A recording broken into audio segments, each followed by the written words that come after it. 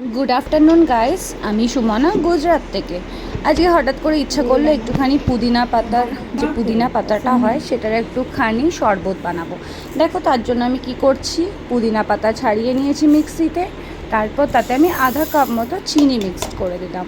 চিনি মিক্সড করে দেওয়ার পরে তাতে আমি যে পাতি লেবু হয় সেটা অর্ধেক কেটে আমি ওটার সাথে মিক্সড করে দিলাম।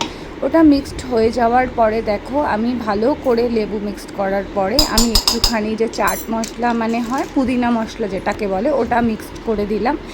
মিক্সড করে দেওয়ার পরে আমি সেই কাপটাতেই আধা কাপ মতো ওটাতে জল মিক্সড করে ওটাতে মিক্সিতে আমি ওটাকে ভালো করে ফাইন একদম পেস্ট হতে দেবো।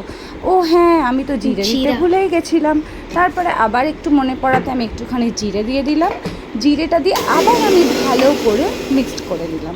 তারপর জিনিসটাকে আমি একটা চায়ের ছাঁকনি দিয়ে ভালো করে ছেঁকে নেব, যাতে ওই তাতে যে পুদিনাগুলো থেকে যাবে সেগুলো আলাদা হয়ে যাবে। এবার আলাদা হয়ে যাওয়ার পরে আমি ওই মিশ্রণটা আধা আধা কাপ দুটো গ্লাসের মধ্যে মিক্সড করে নিয়ে ওতে আমি জল দিয়ে দিলাম 1 গ্লাস মতো। তারপর একটু গার্নিশিংয়ের জন্য আধা লেবু আর একটুখানি পুদিনা পাতা মিক্সড করে দিলাম।